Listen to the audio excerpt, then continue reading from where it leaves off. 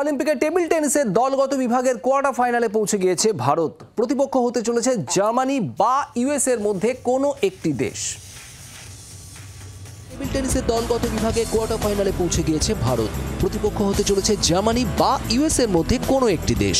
গত ম্যাচে দুরন্ত ছন্দে খেলেছেন মনিকা বাত্রা, ছন্দে রয়েছেন সৃজা আকুলাও।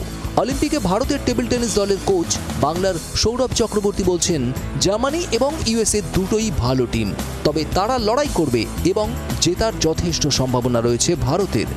প্রিপারেশন খুব ভালো চলছে, সবাই খুব ভালো ফর্মে আছে, আত্মবিশ্বাসী, এবং কালকে ম্যাচটা জেতার পরে ডেফিনেটলি কনফিডেন্স আরও হাই, এবং জার্মানিও ভালো টিম, এ নিয়ে কোনো ডাউট নেই। কিন্তু আমরা লড়াই করব এবং জেতার সুযোগ আমাদের যথেষ্টই রয়েছে। আশা করি আমরা এই ম্যাচটা জিতে আরও বেটার জায়গায় পৌঁছতে পারবো। ভারতের স্বনামধন্য টেবিল টেনিস খেলোয়াড় এবং বাংলার অন্যতম গর্ব মৌমা দাসও আশাবাদী ভারতের ভালো ফলের ব্যাপারে। তিনি বলেই দিলেন, ইউএসএ যদি ভারতের প্রতিপক্ষে পড়ে সেক্ষেত্রে ভারতের জয়ের সম্ভাবনা প্রায় 100%। খুব ভালো খেলছে, তো এরপর ওদের নেক্সট কোয়ার্টার ফাইনাল জার্মানি আর ইউএসএ উইনার।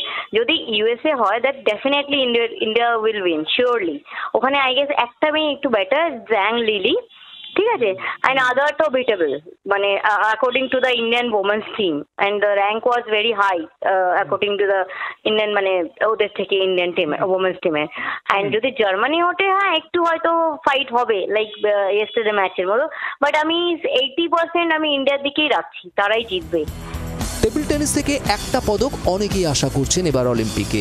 দলগত ইভেন্টে কি এবার টেবিল টেনিসের হাত ধরে ভারতের পদক আসবে? অর্কদীপ্ত মুখার্জির রিপোর্ট, জি24 ঘন্টা। বাংলার আওয়াজ, বাঙালির আবেগ, জি24 ঘন্টা।